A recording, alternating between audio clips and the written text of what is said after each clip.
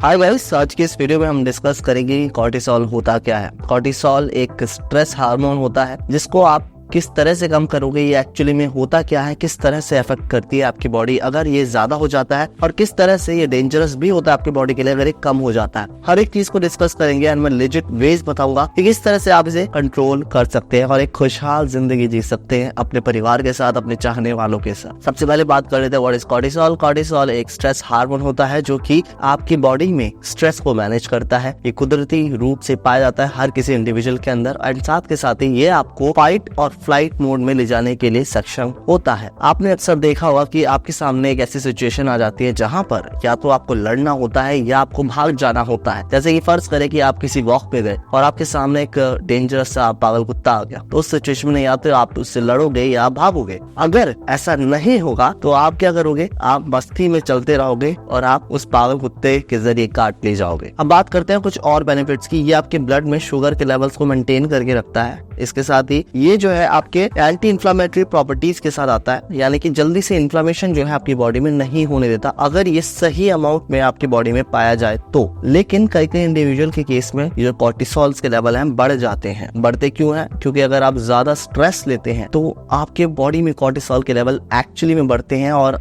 यहाँ पे मैं आपको बता देता हूँ कि सिम्टम्स वो कौन से नजर आते हैं जिससे आपको पता चल सकेगा कि आपकी बॉडी में कॉर्टिसोल के लेवल बढ़े हुए हैं। सबसे पहले मून फेस, यानी कि आपके फेस जो है वो स्वेल हो जाएगा। इसके साथ ही आपका जो वेट है वो बढ़ेगा। इसके साथ ही आप देखेंगे कि आपका जो ब्लड प्रेशर है वो बढ़ा हुआ रहेगा, जिसे हम हाइपरटेंशन की समस्या भी कहते हैं। इसके साथ ही आपकी जो दिल की धड़कन है वो तेज हो जाएगी एंड अर्थमिया की प्रॉब्लम भी आ सकती है। तो अगर आप एक ऐसे इंडिविजुअल है जो जल्दी से वेट गेन कर रहे हैं और आपको समझ में नहीं आ रहा कि मैं इतना खा भी नहीं रहा लेकिन मैं इतना वेट गेन क्यों कर रहा हूँ, आपका जो मुंह है यानी कि फेस पर्टिकुलरली एकदम गोल होता जा रहा है एंड आपको समझ में नहीं आ रहा है कि ये हो क्या रहा है, तो हो सकता है आपकी बॉडी में कॉर्टिसोल के लेवल सब्सटेंशियली बढ़े। इसके साथ ही कुछ और सिम्टम्स की बात करें तो आपका जो मूड है वो बहुत ज्यादा फ्लक्चुएट करेगा, आपको एंग्जाइटी होगी। ऑब्वियस सी बात है, जब आपकी दिल की धड़कनें तेज हो जाती है तो आपको एंग्जाइटी भी होती है। अब वो कई बार पैनिक अटैक भी आ सकता है। एंड साथ के साथ ही अगर आप सेक्सुअली इन्वॉल्व होते हैं अपने पार्टनर के साथ तो आप एक्सपीरियंस करेंगे कि आपकी लिबिडो में कमी आई है। साथ के साथ ही आपको इरेक्टाइल डिस्फंक्शन जैसी प्रॉब्लम भी आ सकती है। तो ये कुछ और सिम्टम्स होते हैं। एंड अगर आप एक वुमेन है तो आपकी मेंस्ट्रुअल साइकिल भी डिस्टर्ब हो सकती है। तो ये तो वो सारे सिम्टम्स है जो आपको बता रहे हैं कि आपका जो बॉडी में कॉर्टिसोल के लेवल है वो काफी ज्यादा बढ़ रहे हैं। अब बात कर लेते हैं कि आप इसके लिए कर क्या सकते हैं। भाई सबसे पहला चेंज, अगर आपको अपनी जिंदगी बदलनी है, अगर आपको अपने कॉर्टिसोल के लेवल को सही करना है तो आपको माइंडफुल होना पड़ेगा। माइंडफुल का मतलब ये है आप प्रेजेंट में जिए। कई लोग क्या देखता हूँ मैं कि वो तो पास्ट की मेमोरीज में खोए रहते हैं या फ्यूचर के टेंशन में खोए रहते हैं कि क्या होगा या क्या हो चुका है। अगर आप आज के दिन पे फोकस करेंगे ना तो आप देखेंगे कि आप कम स्ट्रेस ले रहे हैं और आपकी बॉडी रिवॉर्ड के तौर पर कम ये जो स्ट्रेस हार्मोन है जिसे हम कॉर्टिसोल कहते हैं वो कम प्रोड्यूस करेगी, जिसकी वजह से जो हैप्पी हार्मोन है जैसे कि सेरोटोनिन वो ज्यादा प्रोड्यूस होगा और आप एक खुशहाल जीवन खुद के लिए भी जिएंगे और आप दूसरे लोगों के साथ भी अच्छे से रहेंगे, उनके साथ अच्छा बर्ताव करेंगे। अभी कैसे आप कर सकते हैं माइंडफुलनेस? आप योगा कर सकते हैं। इसके लिए आप 5 से 10 मिनट शुरुआती तौर पर मेडिटेट कर सकते हैं। मेडिटेशन की आपको हजारों वीडियोस यूट्यूब पे मिल जाएंगी और आने वाले टाइम में मैं भी लाने की कोशिश करूंगा किस तरह से आपको माइंडफुल होकर मेडिटेट करना है। दूसरा आता है कि आप एक्सरसाइज कर सकते हैं। एक्सरसाइज से आपका सेरोटोनिन एंड डोपामिन जो हैप्पी हार्मोन्स होते हैं वो रिलीज करती है बॉडी अलॉन्ग विद न्यूरोएंडोर्फिन्स एंड आपका जो कॉर्टिसोल का लेवल है वो कम होता है। एक्सरसाइज नहीं कर सकते तो जॉग कर लीजिए। जब आप जॉग करते हैं तो आपको एक रनर्स हाई मिलता है, यानी कि जो हाई आप मैरीगोना से लेते हैं या फिर वो जॉइंट फूकते हैं ना लोग, उससे लेते हैं। आपकी बॉडी THC खुद प्रोड्यूस करती है। मैं यकीन के साथ कह सकता हूँ अगर आप 40 मिनट्स तक नॉर्मल जॉग भी कर लेंगे ना या आधे घंटे तक नॉर्मल वॉक भी कर लेंगे, आपकी बॉडी THC खुद प्रोड्यूस करती है। THC वो कंपाउंड होता है जो कि आपको मैरिजुआना में पाया जाता है। तीसरी चीज है कि अगर आप सोशलाइज नहीं करते हैं लोगों के साथ या अकेला रहना प्रेफर करते हैं तो ट्राई टू सोशलाइज। थोड़ा सा किसी से हाई कर लिया, हेलो कर लिया, उनकी कुछ कहानी सुन ली, उनसे बात कर ली। इससे क्या होता है ना कि आपका जो लेवल है माइंड का, जो आपका माइंड आपको ये बताता है तू ये नहीं कर सकता, तू फेलियर है, तू बिजनेस नहीं कर सकता, तू अपनी लाइफ में कुछ नहीं कर सकता, तो जब ये माइंड आपका हर टाइम अकेलेपन में प्रहार कर रहा होता है ना तो एटलीस्ट वो प्रहार कम कर देता है आपका माइंड आपके ऊपर करना, जिसकी वजह से आपका कॉर्टिसोल का लेवल कम हो जाता है। तो यहाँ पर सबसे अच्छी चीज ये है कि आप किसी क्लास में ज्वाइन हो जाए, कोई डांस क्लास ज्वाइन कर लें, कोई सिंगिंग क्लास चले जाए, जिम चले जाए, जिम में आप सोशलाइज कर सकते हैं। एक बात मेरी हमेशा याद रख लेना, जब आप अकेले होते हो तो सिर्फ आप अपने साथ नहीं होते, आपका मन भी आपके साथ होता है। और अगर आपकी बॉडी में स्ट्रेस ज्यादा है तो वो स्ट्रेस के रूप में आप पे आपका जो मन है बार बार बुरी चीजें फेंकता है।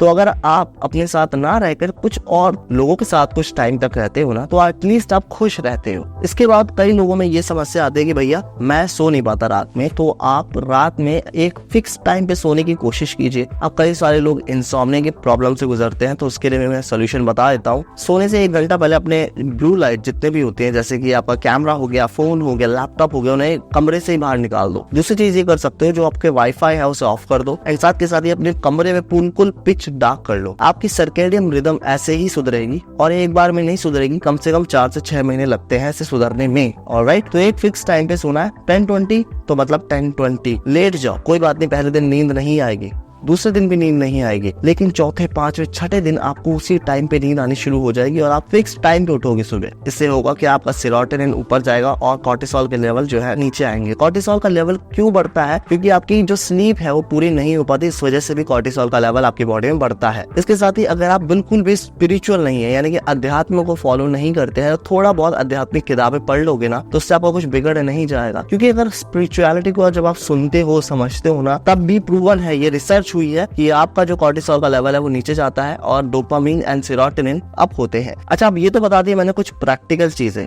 जो कि आपको करनी है। अब मैं बताता हूँ आपको कुछ डाइटरी चेंजेस जो आपको करना है in order to reduce your cortisol level. सबसे पहला, अगर आप हाइड्रेशन मेंटेन करके नहीं रखते अपनी बॉडी में, so you need to hydrate yourself first. क्योंकि देखा गया है जिन लोगों में हाइड्रेशन कम रहता है उनकी बॉडी में कॉर्टिसोल के लेवल बढ़े हुए रहते हैं। तो अगर आप एक ऐसे बंदे हैं जो कि हाइड्रेट नहीं करते हैं, तो प्लीज हाइड्रेट करना शुरू कर दीजिए, पानी खूब पीजिए।